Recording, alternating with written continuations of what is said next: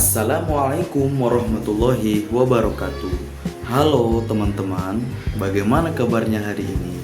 Pada kesempatan kali ini, kita akan belajar salah satu materi dalam pendidikan agama Islam, yaitu tayamum.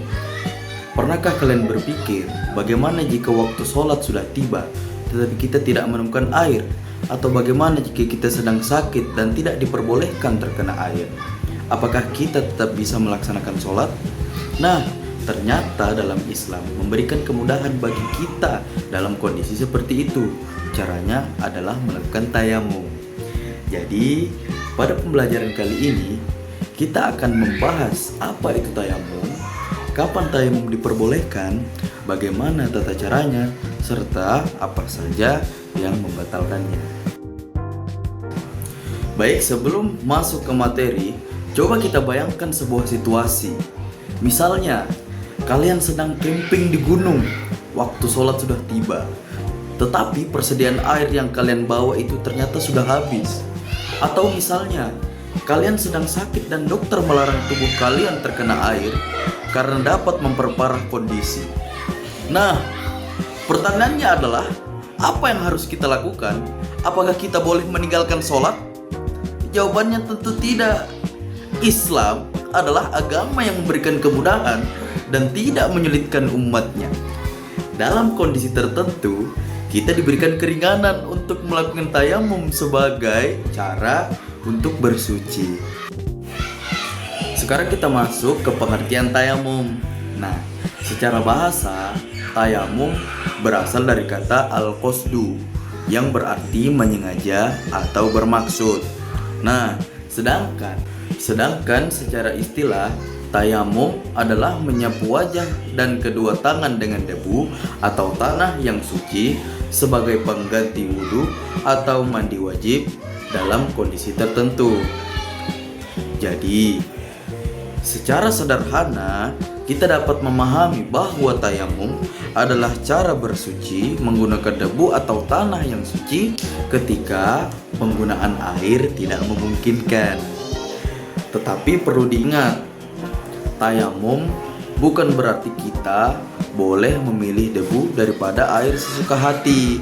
Tayamum dilakukan karena adanya kondisi atau alasan yang dibenarkan oleh syariat. Lalu, apakah tayamum memiliki dasar dalam ajaran Islam? Tentu saja, salah satu dasar diperbolehkannya tayamum terdapat dalam Quran surah Al-Maidah ayat 6 yang berbunyi, "Falam tajidu ma'an fatayammamu su'idan thayyiba famsahu biwujuhikum wa aydikum min." Nah, di dalam ayat tersebut dijelaskan bahwa apabila kita tidak memperoleh air, maka kita dapat bertayamum dengan apa? Dengan menggunakan debu.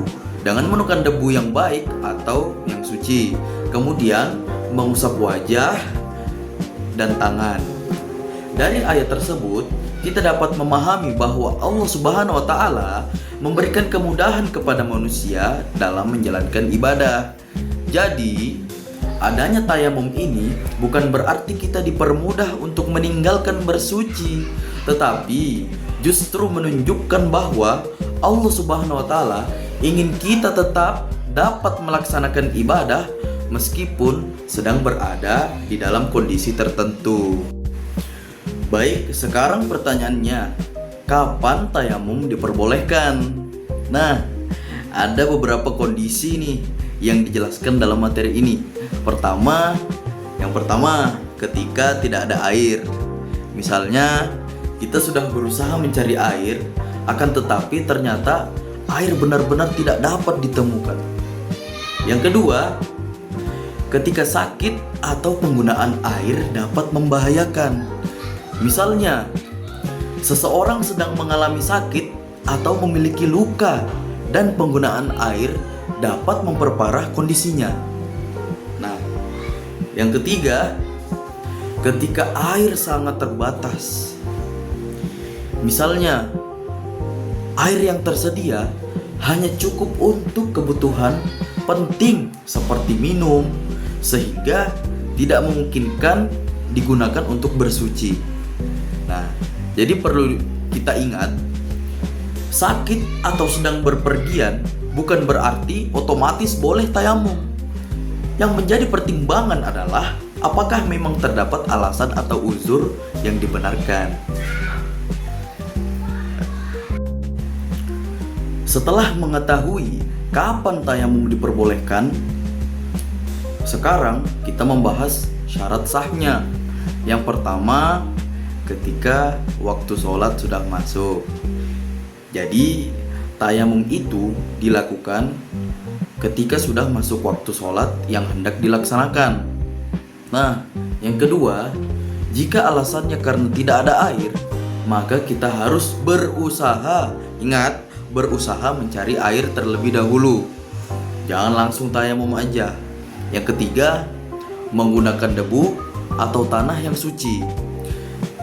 Dan yang keempat, terdapat halangan atau uzur yang sah, seperti kondisi sakit atau kondisi tertentu yang menyebabkan penggunaan air itu tidak memungkinkan.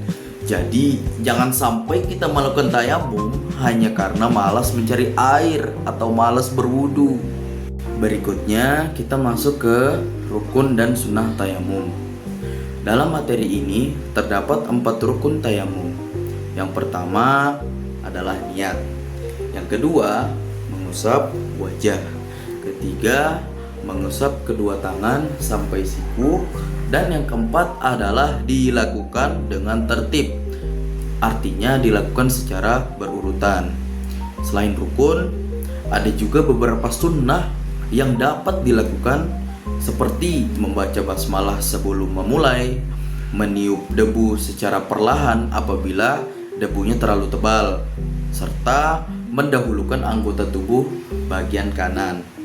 Jadi kalian harus membedakan mana nih yang merupakan rukun dan mana yang merupakan sunnah.